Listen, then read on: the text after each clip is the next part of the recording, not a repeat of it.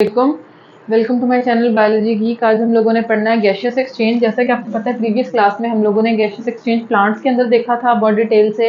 आज हम डिस्कस करेंगे गैसियस एक्सचेंज इन मैन। और मैंने आपसे लास्ट क्लास में भी ये बात की थी कि सेलुलर रेस्पिरेशन में हमने सिर्फ ये देखा था कि किस तरह से जो हमारे पास ग्लूकोज है उसकी ब्रेकडाउन हो रही है in the presence of oxygen, यानी कि कार्बन और हाइड्रोजन बॉन्ड ब्रेक हो रहा है ऑक्सीडेशन रिडक्शन प्रोसेस के थ्रू, और हमारे पास एनर्जी जो है वो ऑब्टेन्ड हो रही थी।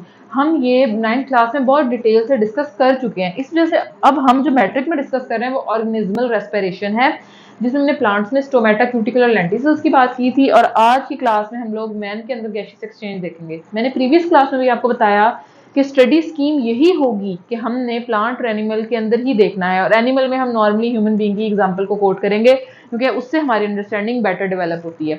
अच्छा जी, गैसियस एक्सचेंज इन मैन देखते हैं, जिसको हम दूसरे लफ्जों में ब्रीदिंग, वेंटिलेशन, ऑर्गेनिज्मल रेस्पिरेशन कुछ भी कह लें। वो कहता है कि हमारे पास जो गैसियस एक्सचेंज हो रहा होता है उसके अंदर हम ऑक्सीजन को इनहेल कर रहे होते हैं और कार्बन डाइऑक्साइड को एक्सहेल कर रहे होते हैं। ठीक हो गया।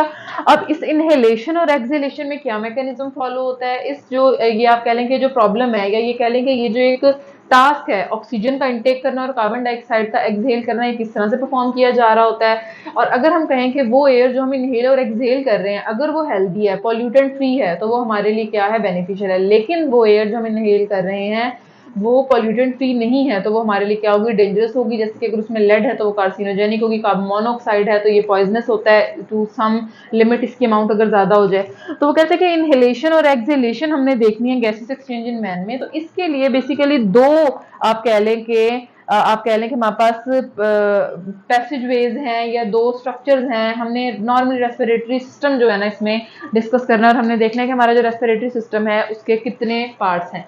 एक हमारे पास है एयर पैसेज वे, दूसरा हमारे पास है लंग्स।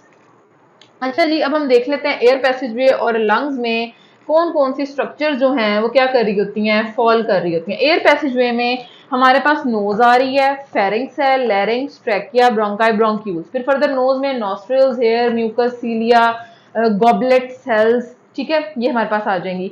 लंग्स की बात करेंगे, लंग्स पेयर की फॉर्म में होते हैं, राइट एंड लेफ्ट रीजन में होंगे, हमारे थोरेसिक रीजन में होंगे। रिब्स ने इनको प्रोटेक्ट किया हुआ है, कवर किया हुआ है। लंग्स हमारे पास स्पॉन्जी होते हैं, और रिब्स के दरमियान जो मसल्स होंगे, फॉर एग्जांपल ये रिब्स हैं, इन रिब्स के दरमियान जो मसल्स होंगे उनको हम इंटरकोस्टल मसल्स कहेंगे। जहां भी इंटरकोस्टल का टर्म यूज होगा या कोस्टल का टर्म यूज होगा, इससे क्या मुराद है कि हम किसकी बात कर रहे हैं, रिब्स की बात कर रहे हैं। अगर मैं यहाँ पे ड्रॉ करूं, ये मेरे पास क्या है, स्टर्नम, और पीछे वर्टिब्रा से ओरिजिनेट होके इस तरह से रिब्स जो हैं क्या है, मौजूद है। तो इनके दरमियान में जो मसल्स होंगे, basically these muscles are the intercostal muscles, यानी कि इन बिटवीन द रिब्स। और ये हमारे पास क्या है, रिब्स हैं। और ये जो हमारी आप कह लें कि सेंट्रल बोन है, इसको हम क्या कहते हैं, दैट इज द स्टर्नम। ये हमारे पास क्या है, स्टर्नम। हमारे रिब्स हमारी वर्टिब्रा से ओरिजिनेट होके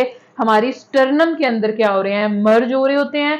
और रिब्स जो वर्टिब्रा से ओरिजिनेट होके यहाँ स्टर्नम में मर्ज हो रहे होते हैं, वो with the aid of cartilage होता है, जिसकी मदद से रिब्स जो हैं, यानी कि बोन डायरेक्ट बोन से अटैच नहीं होगी, उसके दरमियान कार्टिलेज होगा जो उनको क्या कर रहा होगा, अटैच कर रहा होगा। बाकी इसको डिटेल से हम इसमें हमारा स्केलेटल वाला जब सिस्टम आएगा, यानी कि हमारा स्पोर्ट एंड मूवमेंट वाला चैप्टर आएगा, उसमें हम डिस्कस कर लेंगे।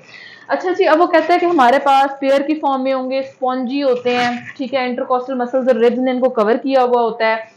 उसके अलावा राइट और लेफ्ट साइड पे ये मौजूद होंगे। लंग्स को प्लूरल मेम्ब्रेन, प्लूरल फ्लूइड इसमें होगा। इसको ये सब चीजें हम डिस्कस करेंगे भी डिटेल से। अभी सिर्फ ओवरव्यू दे रही हूँ। एयर स्पेसेस हैं, एल्वियोलर डक्ट है, एल्वियोलाई है, नेटवर्क ऑफ कैपिलरीज है, ये सब चीजें इन दो में क्या करी है, फॉल करी है। मेजर कैटेगरी क्या है, एयर पैसेजवे और लंग्स।